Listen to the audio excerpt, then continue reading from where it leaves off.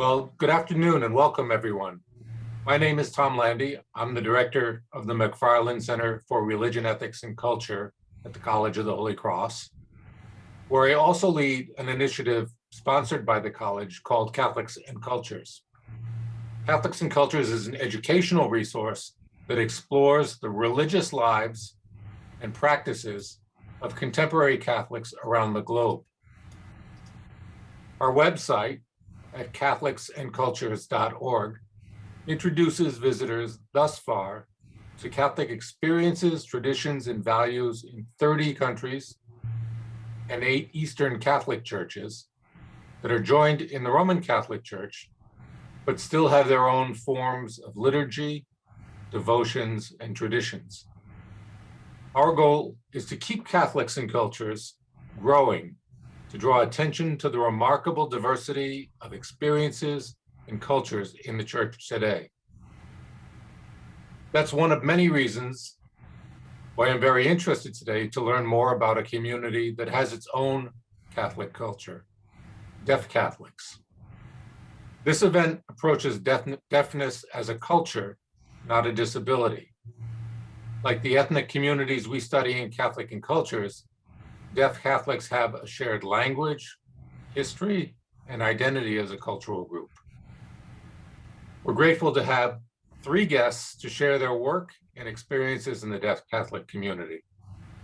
I'll introduce them in a moment, but want to say that I'm grateful to Father Joe Bruce for proposing the event, and to Professor Stephanie Clark and Ying Li from the Holy Cross Deaf Studies program for their role in bringing the event together. A few notes. Today's discussion will take place both in ASL, American Sign Language, and in voice, interpreted with the help of Donnie Gibbons and Ingrid Navarre, and we'll ask for your patience as they do their job. They've actually gotten me to not speak as fast as I usually do. In addition, you'll also see an option for live captions. These are automated and not always reliable, but we will provide more accurate closed captions when we post the recorded video in a day or two. Which brings me to the next point, that the event is being recorded and will be available online. So let me introduce our guests and begin the discussion. Lana Portolano is professor of rhetoric at Towson University in Maryland and author of Be Opened, The Catholic Church and Deaf Culture, published just 2 months ago by the Catholic University of America Press. Be Opened offers a people's history of deafness in sign language in the Catholic Church and the transformation of a community once seen as passive recipients of mercy to an active language minority, making contributions in today's globally diverse church.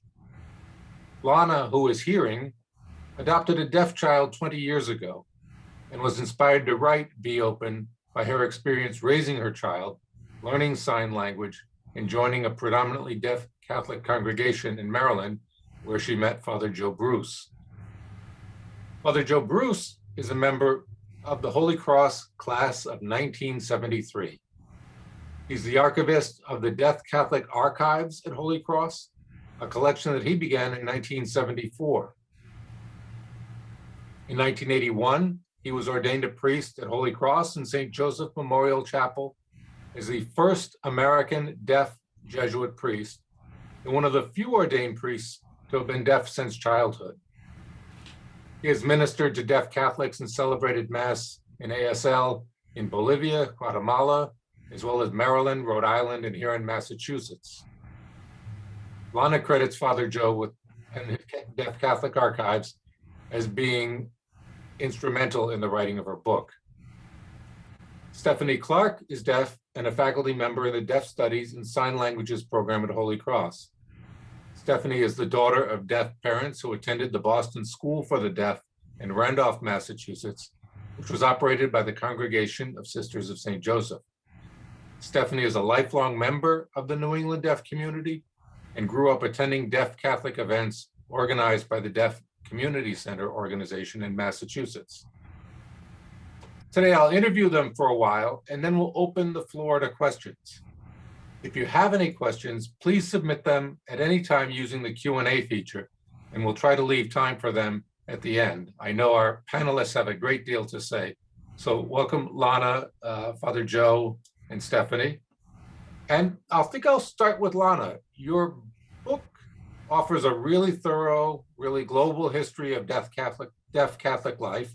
I think we'll focus primarily on the United States community today, but can you briefly characterize some of the high and low points in the story of deaf Catholic people in America? Sure. First, I want to make it clear that we're talking about deaf people who are Catholic and who use American Sign Language.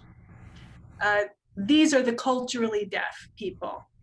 It's possible to be deaf and not use sign language, and then you're not culturally deaf if that's the case. So we're talking about people who use ASL as their primary language.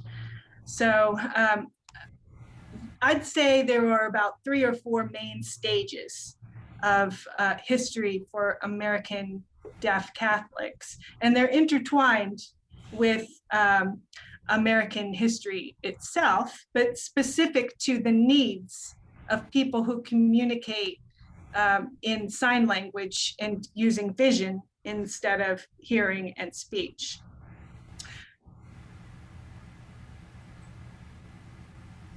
We might start out by saying that Laurent Clerc,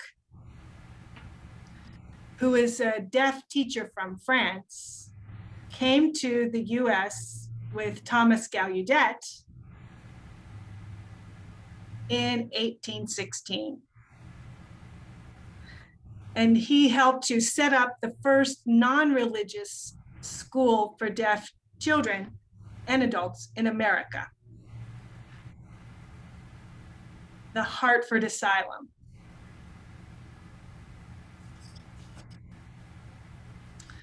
And now Clerc was a practicing Catholic who learned his methods of teaching using sign language at the National Institute for the Deaf in France. That French school was founded by Abbé Charles Michel de la Paix.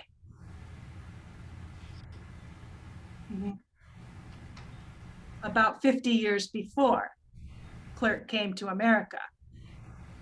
That school was famous for its methods of teaching using sign language and saying that the deaf can learn anything through their eyes, that hearing people learn through their ears. Unfortunately, there were not a lot of Catholic churches at the time when Clerc came, and so he did not have a chance to go to Sunday Mass very often or practice his faith with other Catholics. Plus, public schools at the time were very Protestant.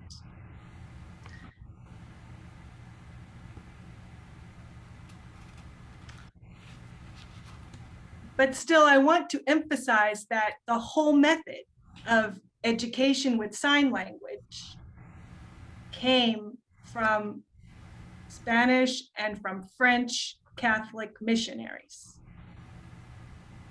And Clerc certainly came from that tradition as a part of service to deaf people and the poor and marginalized as mission work. Now, in the US, we could sketch out 3 or 4 stages. First is in the late 19th, the turn of the 19th and 20th century, there was a development of more Catholic boarding schools and state-run boarding schools for deaf students. And among Catholics, this was really still a missionary stage. Orders of sisters, especially the Sisters of St. Joseph, were very important in founding and running these schools. There were several Catholic deaf schools in this period. Only 3 of them remain today: St. Mary's in Buffalo, St. Joseph's in St. Louis, and St. Rita's in Cincinnati. But today there is a state residential school in every one of the 50 states. And these were founded by the beginning of the 20th century, or maybe the mid 20th century. And then in 1864, Gallaudet University was founded as America's federally chartered public school for the deaf. Now, why are these schools so important to deaf culture and deaf Catholic culture in particular? Deaf people have to be gathered together. Normally they're dispersed because mostly their parents are hearing, not always, but 95% of the time the parents are hearing. So deaf people are gathered together for education, and then they begin, that's how sign languages develop. And when people gather together, they communicate. And so for deaf people, that means developing sign languages. And so schools, through the schools, communities formed. And people, alumni, got married and went to church together, had children, formed their own language traditions in the same way that Polish Catholics or Spanish-speaking Catholics or Italian Catholics had parishes where language traditions and their own Catholic traditions specific to those groups developed in America. Some of the low points include something called oralism. This is a period that culturally deaf people refer to as the Dark Age. And that's because there was an emphasis on using lip reading and not using sign language.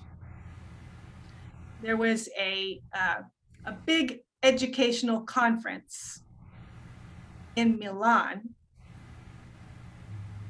in 1880, and it basically there started a movement to eliminate sign language.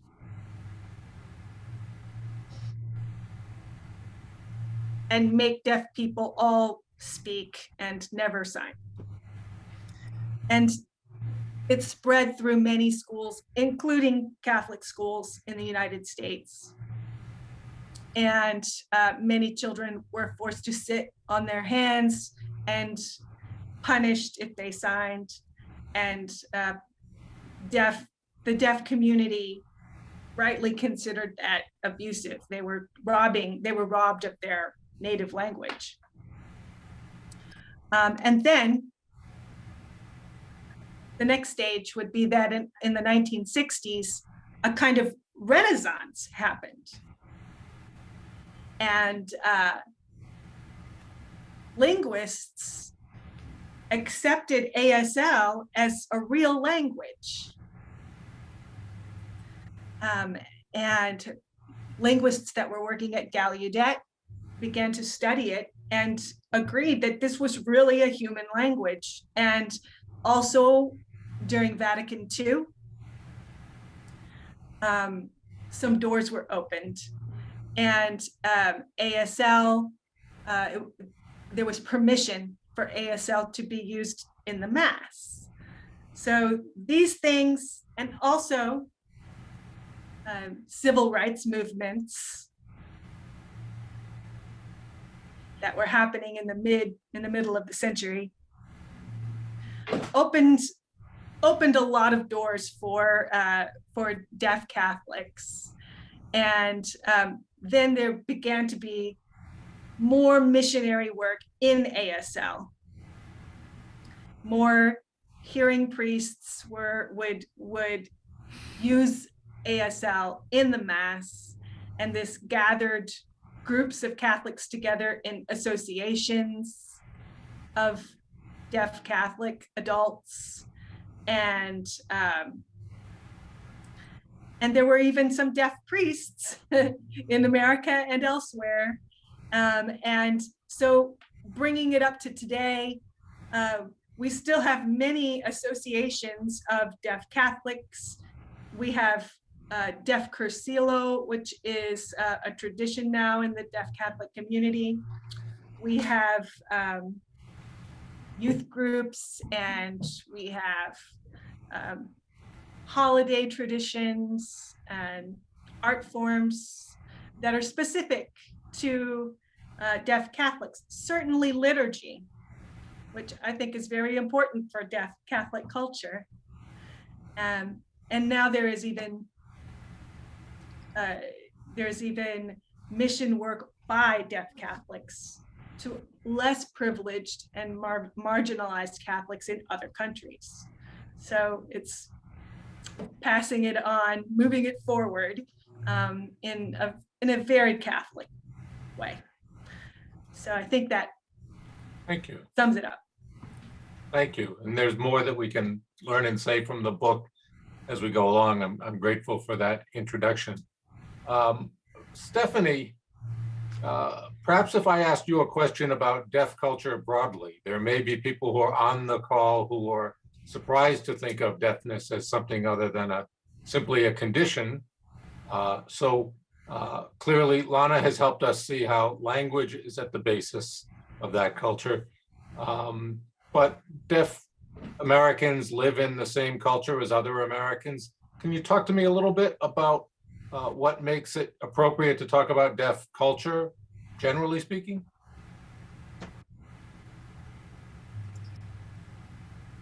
Sure. Absolutely.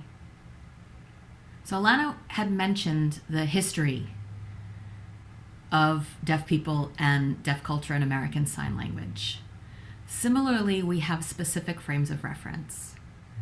If we're talking about culture, we're talking about language, customs, mores, any social group that has a way of life, customs, traditions, and habits, generally speaking. But with disability, there is an assumption that culture doesn't exist. There generally are 4 frames of reference when talking about disability, right? Moral disability, medical disability, right? Trying to fix a person. If they've come from an oral education, trying to make them to be somebody like someone who can hear. The last model that we have is social. Okay? So we're changing from the medical model more to the social model of disability.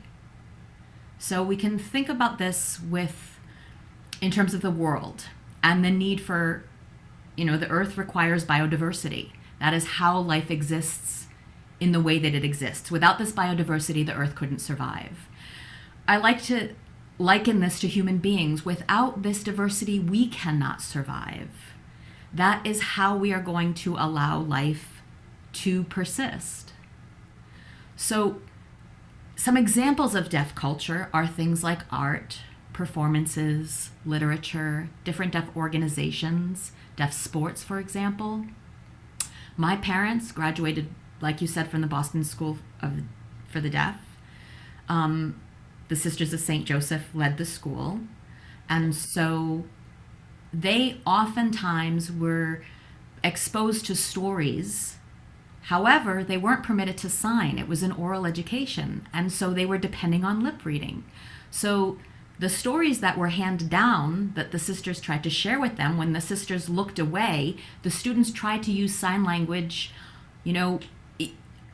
and hide it to share and explain to one another what was being told. In the dorms at night, when the Sisters would go to bed, the kids would hang out with each other, and they would try to educate each other and fill in the gaps. That's actually how they developed faith. They learned this through their social interactions. They were helping each other out, but on the sly, because signing wasn't permitted.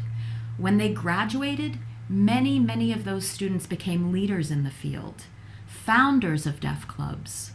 For example, Cape Cod School for the Deaf, or Cape Cod Club for the Deaf. In Lawrence, Massachusetts, the Lawrence Deaf Club. They established clubs all over the state. Those founders came out of the Boston School for the Deaf. Obviously, I think that culture and that history permitted deaf leaders to come out of that field. So we oftentimes will refer to other deaf people worldwide as a globalist culture because we exist everywhere, and what we have in common is American Sign Language and a deaf way of life, as opposed to communities that we live in. Thank you. Maybe to Father Joe, if I start, but we can open to any of the others after that. I'm thinking about deaf Catholic culture in particular now. So we have a sense of all the pieces that come together to make a community and to make a culture.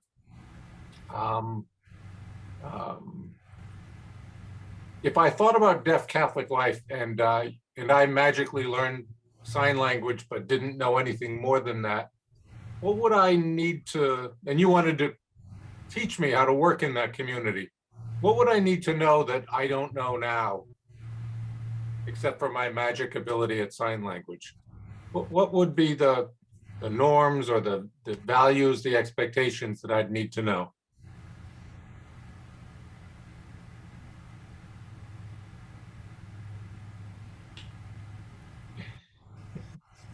Okay, well, that's a good question. I would say that you would probably need to know more than just sign language, first of all. You would need to have a better understanding of the intimate communication, and being a visual being really gives you that ability. American Sign Language and sign languages, they incorporate facial expression, body language, not just hand signs. You really need to take in the whole person and be able to take in all that information visually. So again, it's not just simply hand signs and gestures. And now if I'm going to go one step further about deaf Catholic culture,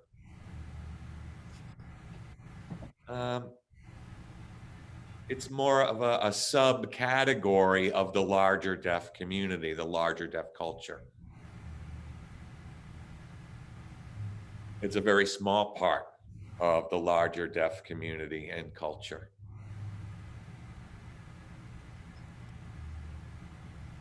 We do many things in our own particular ways, and I can give you some examples of that.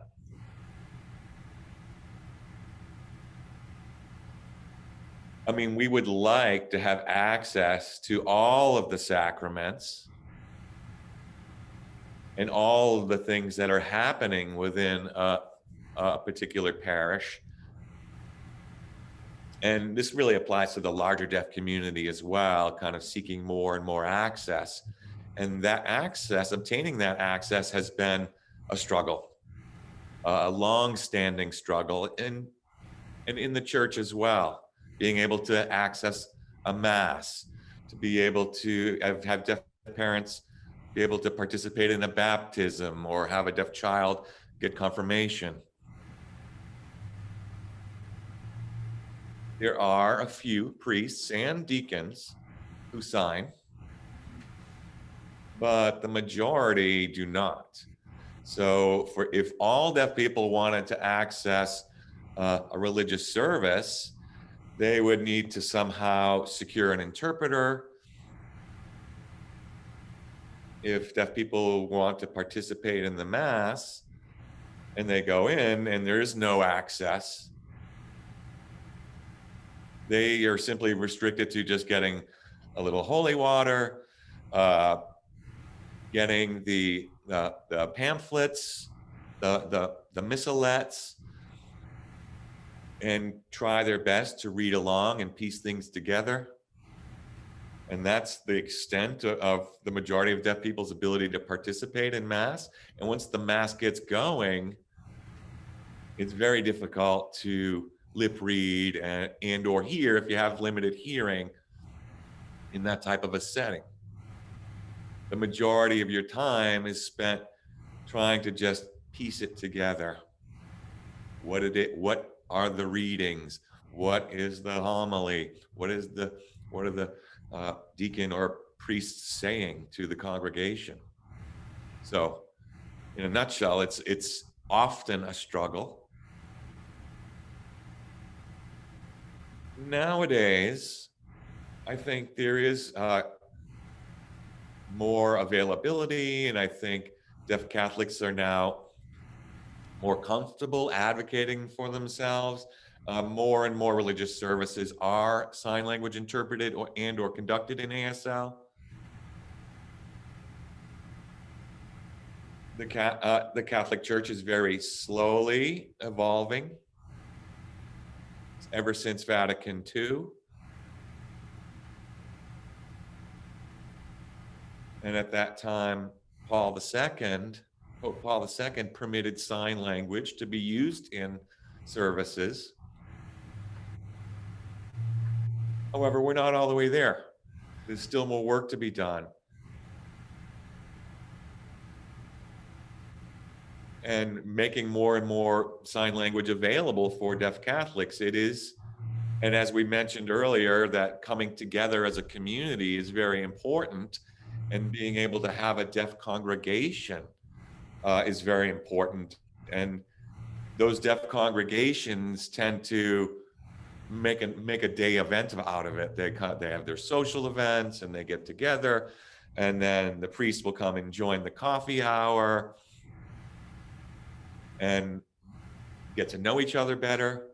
There are signed religious education classes now that are more and more available. But I think deaf Catholics, they want the same level of service and access that hearing or non-deaf people experience. And more often than not, they prefer to have it done in their own language, in their own culture, and in their own way. And since Vatican II, deaf people and deaf religious leaders are more and more involved. I was reading about one particular church that they were speaking to all of the parishioners, saying that we need to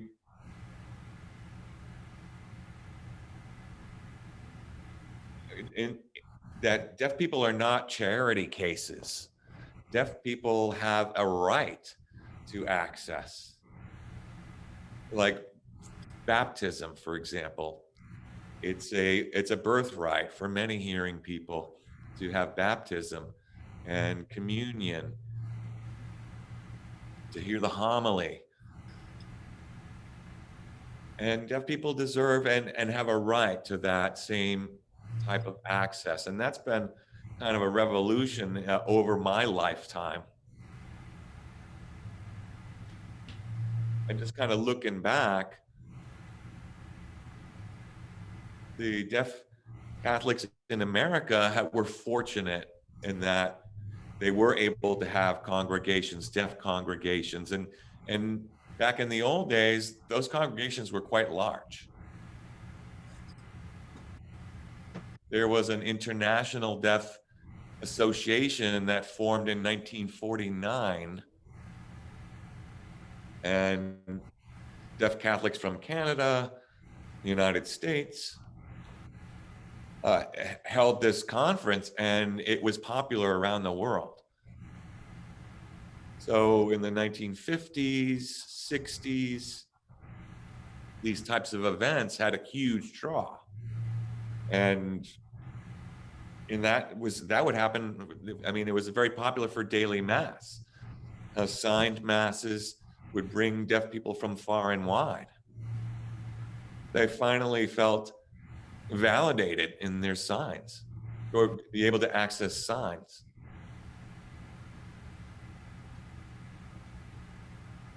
And there would be tourists that would come from tour buses from a variety of different cities that would all descend upon these international conferences. And they would send sign language interpreters out on these tour buses, and it became like a vacation type of event. This was in the 50s and 60s. And I recall a story of one deaf gentleman who would go to these conferences in order to find another deaf Catholic to court and hopefully marry. So the deaf Catholic culture, again, revolves around language and language access.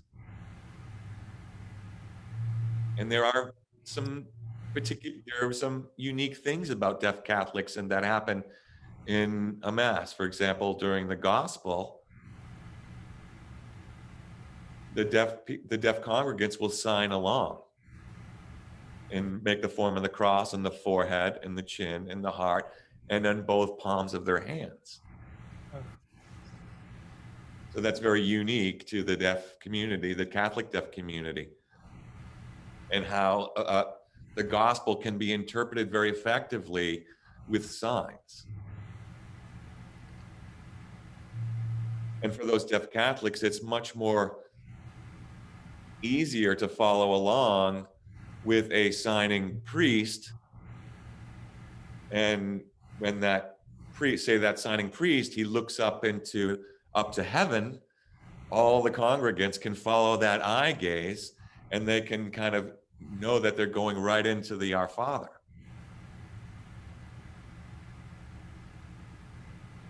And the use of space really allows deaf congregants to really understand that the Holy Spirit is surrounding us.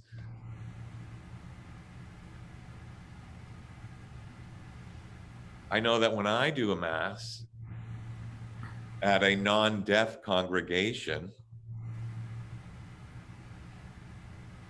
hearing people often say, "Oh, well, now I understood the mass so much better with your use of space and eye gaze and signs."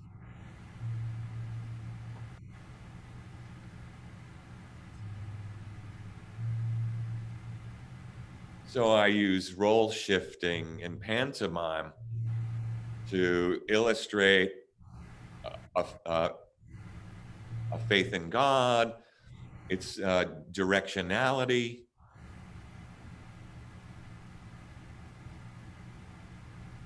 and God, and the message is coming from above, where God is instructing us, God is telling us what to do, looking down upon us. And that's much more easily conveyed through body language than just the spoken word. So for those deaf congregants, it's much more easily received, the message. And it's a very positive experience for them and enriches their faith in all different types of ceremonies, baptisms, weddings, Sunday masses, etc.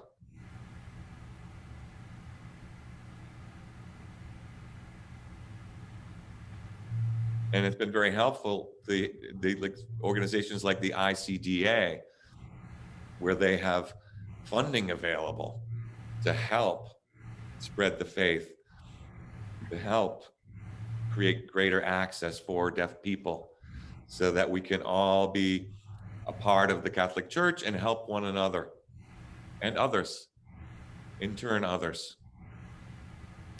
I could keep going on and on, Okay. but I may want to just stop right there and give somebody else a chance. I would like to add, if I could. I'd just like to add to Father Bruce's comments. Absolutely. Now, research shows us that 99% of deaf Americans are not affiliated with any faith.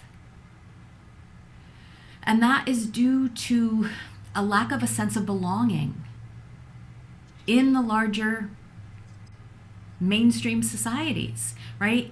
I myself am an example. I grew up, but my church services were not accessible in sign language. I went to catechism in the 1970s in classes where they were speaking without an interpreter. I mean, my parents grew up oral. They didn't know the signs. They couldn't show those to me. And so there was one project that was devised called UCAT. It had to do with catechism. So they had a book that was developed that started just last year, almost 50 years later. So I was thrilled to see finally this is becoming accessible, right? So the idea of using space to represent relationships, I finally understood catechism in a way that I wasn't able to access the information growing up. It was just astounding, and the use of space allowed for that, the way that American Sign Language does.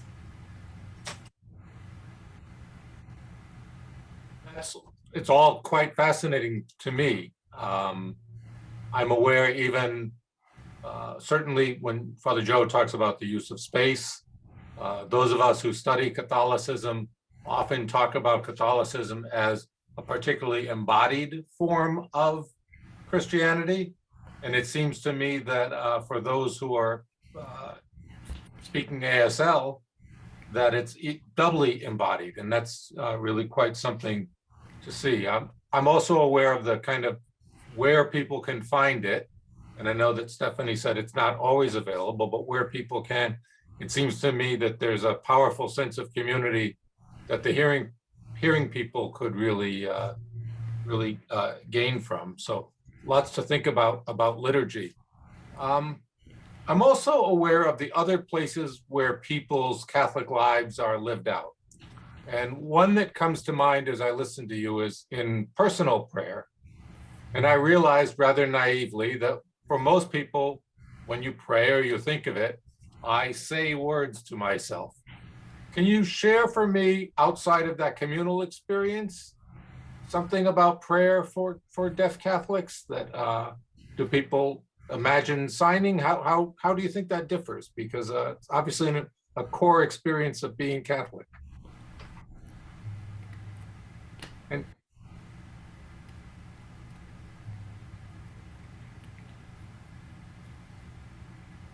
Sure, I can speak to that.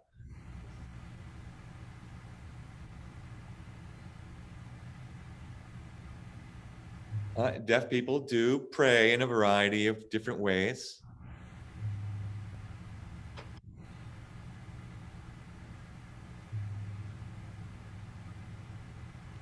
We can do it silently. It can be in sentence form. It can be in sign language, not only ASL, but other types of sign language. It's really a personal preference, but we do pray.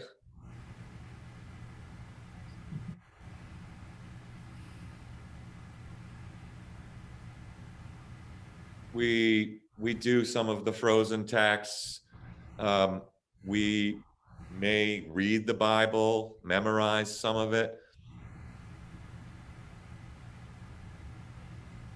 Many deaf people, of course, are good English readers, and they can synthesize the text.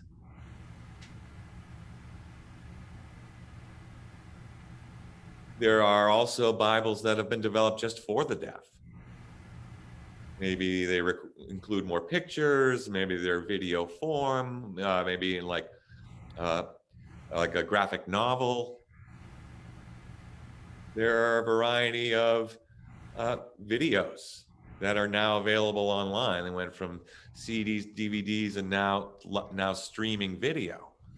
So to access prayers and text, there's a variety of different ways to do it. But just going back to your original question, silent prayer is certainly prevalent in the deaf Catholic community.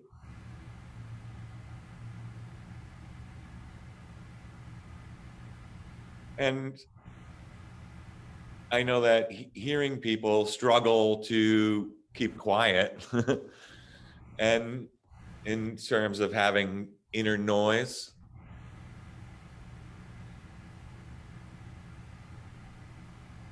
I know that background noise can certainly be a distraction as well to hearing people, but deaf people can be distracted visually. So there are many similarities. I can give you another example, like during Mass, deaf people really want to stay focused at, say, an interpreted Mass. But if you go to a deaf congregation, everybody's sitting, nobody's standing during the gospel. Everybody's standing, everybody's sitting, trying to take in all the information as it comes. Deaf people do pray. Oh, something I just wanted to mention, I forgot to mention earlier, but when Chryselos is a very big deaf Catholic community,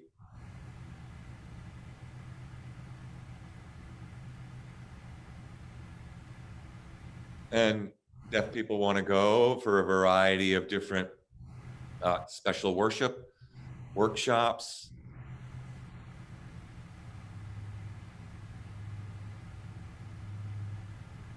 They want to go on pilgrimages. They want to transfer to and visit different places such as Rome, travel to Lourdes in France. They want to go to places to Our Lady of Guadalupe. So there are pilgrimages amongst deaf Catholics.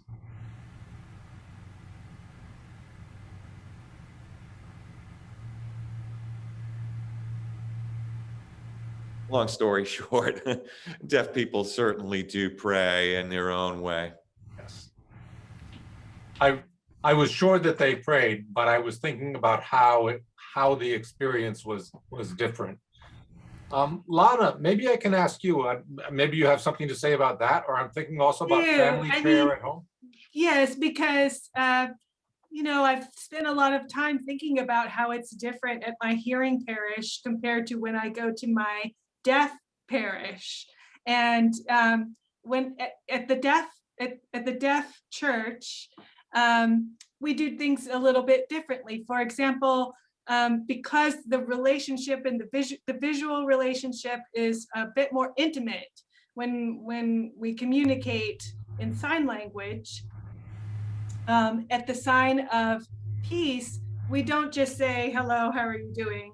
If there's no pandemic, we go around and hug every person in the room. It's a very touchy culture. And then, every culture has some cultures are more distant, and in deaf culture, people are close. And also, when we have the prayer of the faithful, it's not just a list of things. The people come up to the front and they face the rest of the assembly, and then they talk and sign. They sign about their life and their concerns, often very private things. It's a tight-knit community. And then after, Father Joe mentioned it's not just this and this, it's also this, because that's, that's, the hands are very important. When the homily, someone who is saying a homily, addressing a deaf assembly, the life of the deaf, the way that people live a deaf life is very important. So the homily addresses how does the gospel apply to deaf people in their lives, and those particular deaf people. And afterwards, people will sit around for hours and chat, because it takes a while to, I'm probably talking too fast for the interpreter right now. It's people take their time to communicate in sign language. And if you haven't seen anybody all week long who communicates in your language, you're going to sit there for a long time and chat.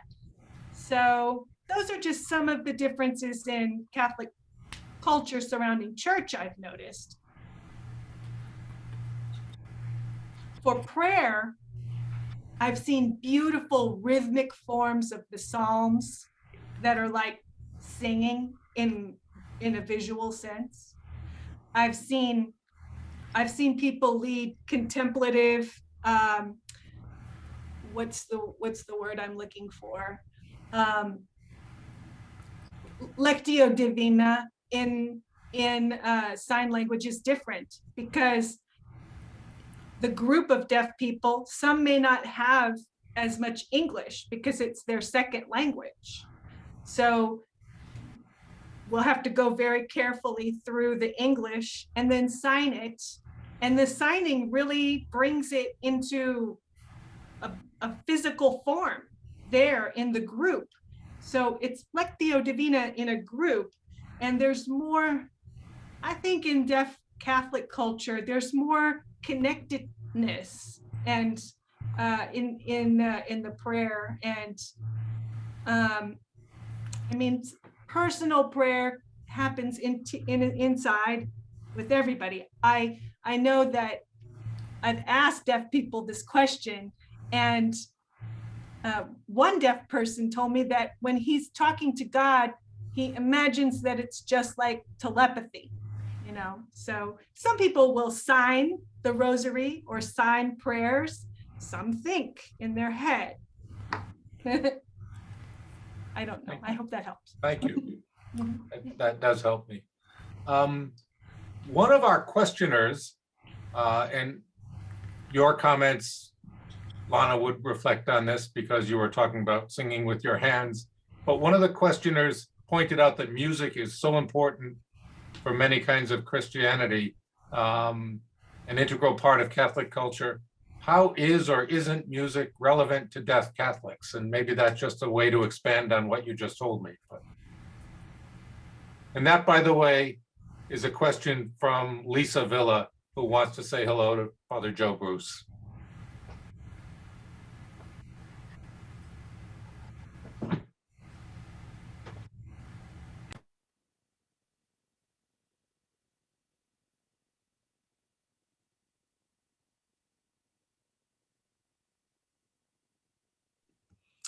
In terms of hello, Lisa. Deaf people have varying experiences when it comes to music and varying ability to access music.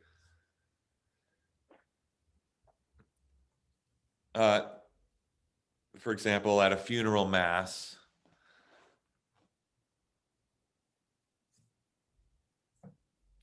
if there's a mixed family of hearing and deaf, the deaf people would certainly want to permit the use of music for the experience of all who attend. I know often deaf congregations don't have music specifically.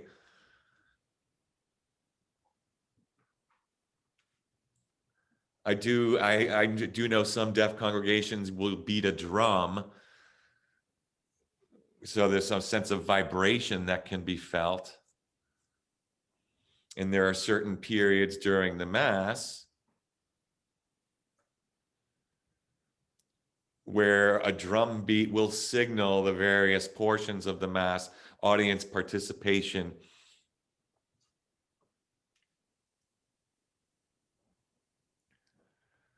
And during communion, for example, the raising of the chalice and the breaking of the bread are signaled by a beating drum.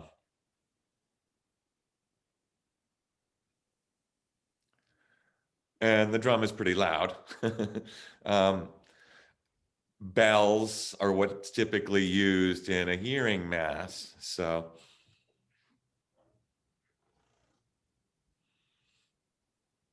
I also know of other places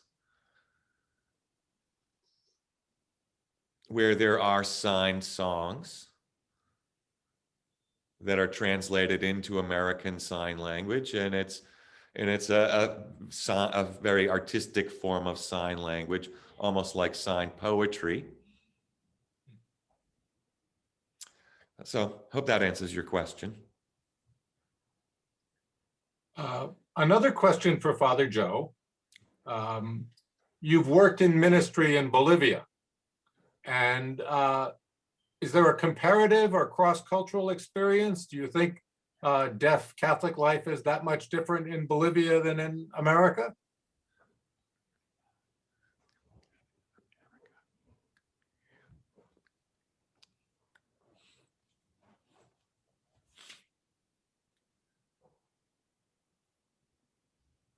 When I was in Bolivia, I was immersed in Spanish, of course, and I didn't really do a lot of work with deaf Bolivians. In Guatemala, I did have that experience, and I was there for 3 years.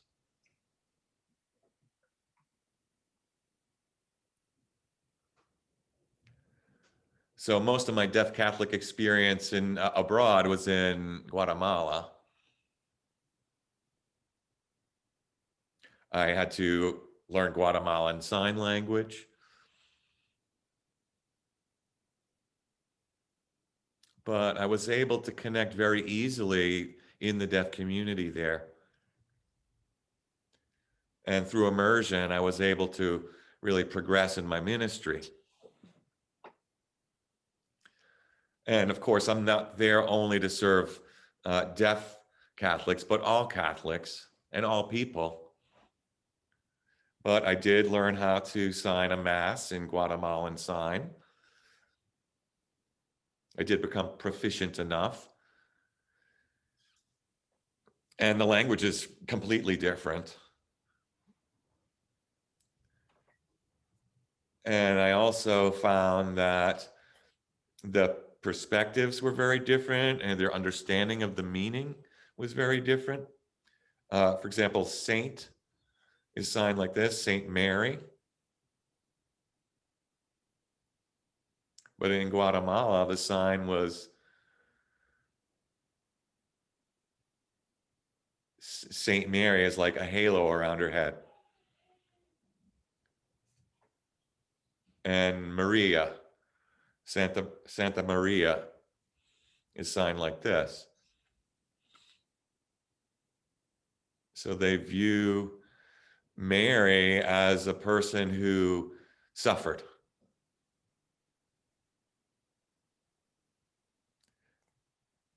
And so seeing that, it just led me to believe that their understanding and perspective and how they perceive religious figures and religious characters is very different. That's just one example. Thank you.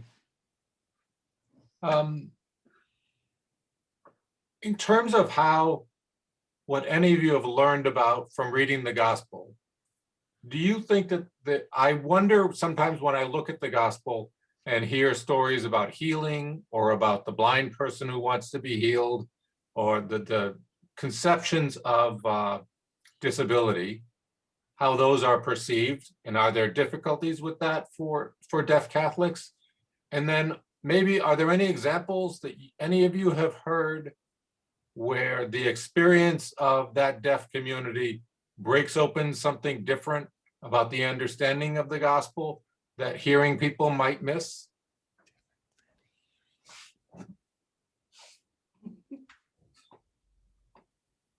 Yes.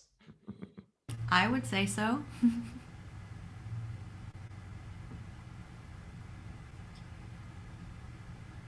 Father Bruce, would you like to comment? Or Lana? I think that we should allow the priest to go first. Yes, I think deaf Okay. people do read the gospel and have a different perspective.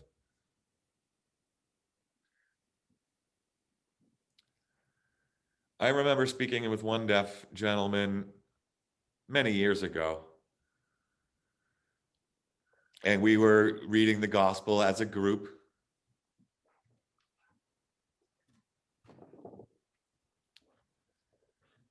About masters planning to leave, and the three servants were present, and he gave each of the servants five coins, 5 tokens to one. Another one got 2. And then the third servant received only 1.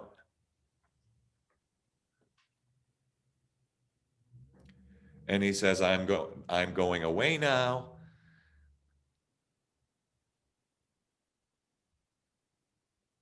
And you need to save and invest all of these coins.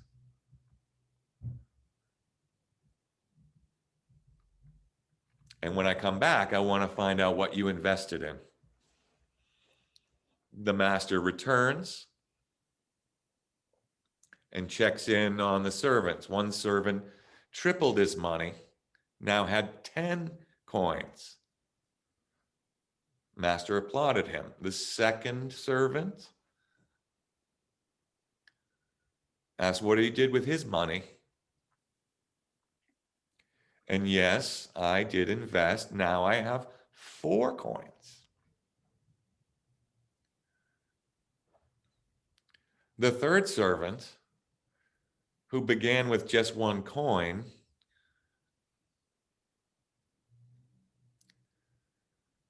I'm sorry, master, I didn't want to lose it, so I buried it in the ground, and I only have 1.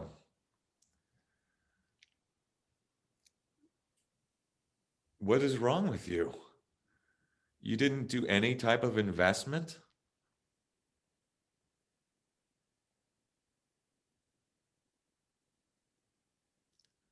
So he praised the person who tripled his money, and he said, you take that 1 coin and give it to the other servant. And so this deaf gentleman, listening to the story, commented, now I get it. I understand the message. If I meet a hearing person with a long beard, and I try to communicate with that hearing person, it's very difficult to understand them behind all of that hair. It's very difficult to lip read people with a gnarly mustache and a long beard. It's not worth investing my time speaking to someone like that, where I can't communicate effectively and vice versa.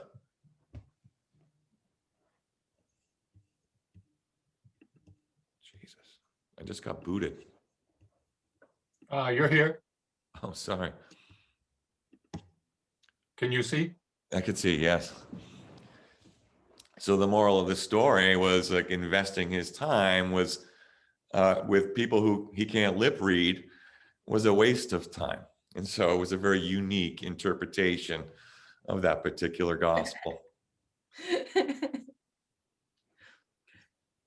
Lana, please. So first of all, I just want to say every time I listen to Father Bruce, I learn new things and see things in a different way.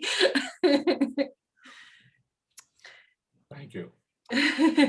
So the one place in the Bible where anybody talks to a deaf person is Mark chapter 7, when Jesus speaks to the deaf man and says, Ephphatha, the Ephphatha, the Aramaic word meaning be open.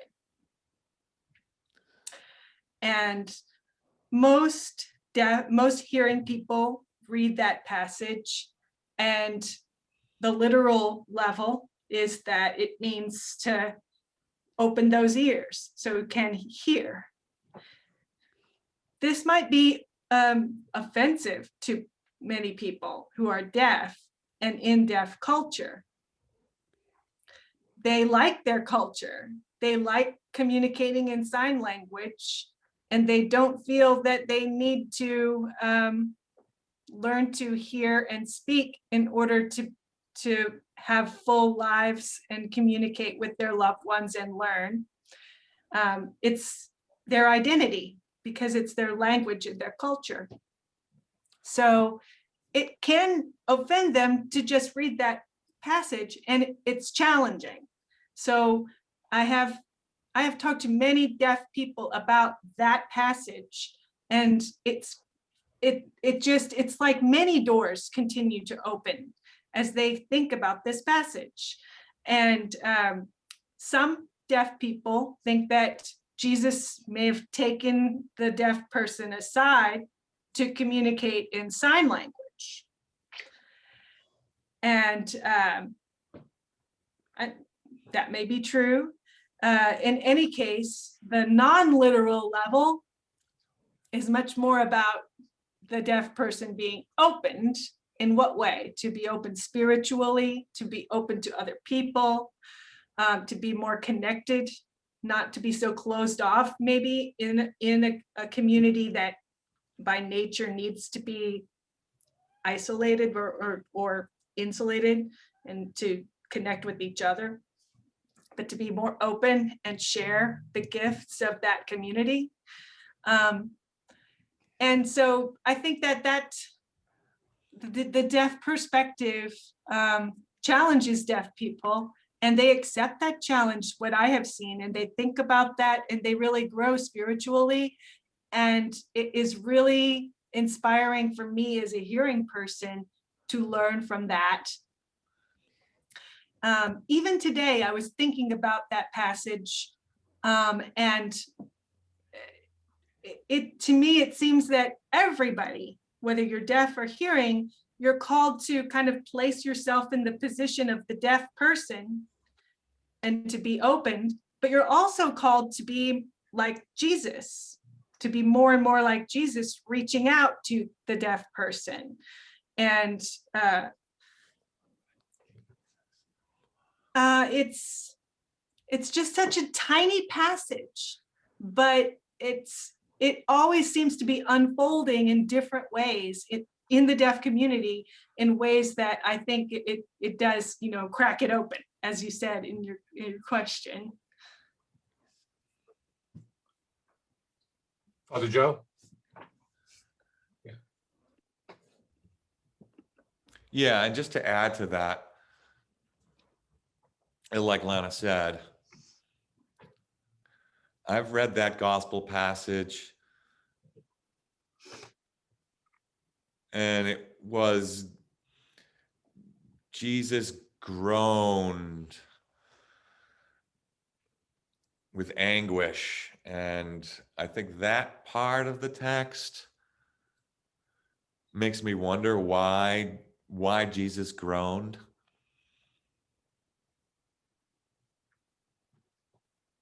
Was it Jesus's way of communicating with a deaf person? Was it that groan a way for the deaf person to kind of feel Jesus?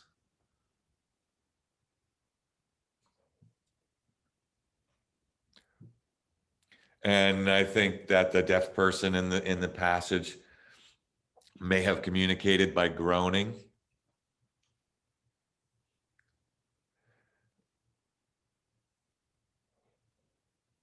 And also think that he was also close to being caught by the Pharisees and the Romans. And I think he was groaning because he shared that same concern. I don't know.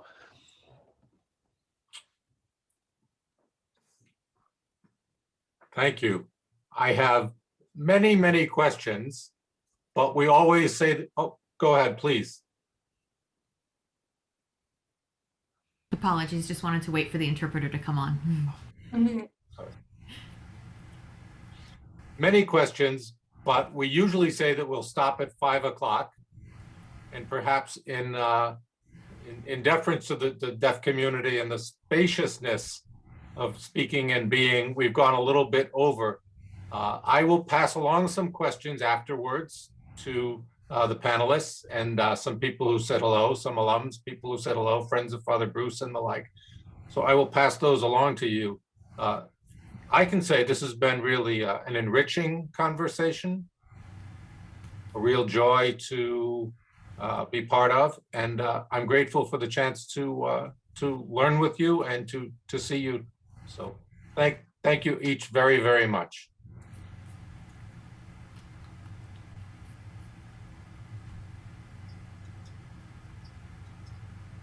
Bye now. You're very welcome. Thank Thank you. you. Bye-bye. Take care.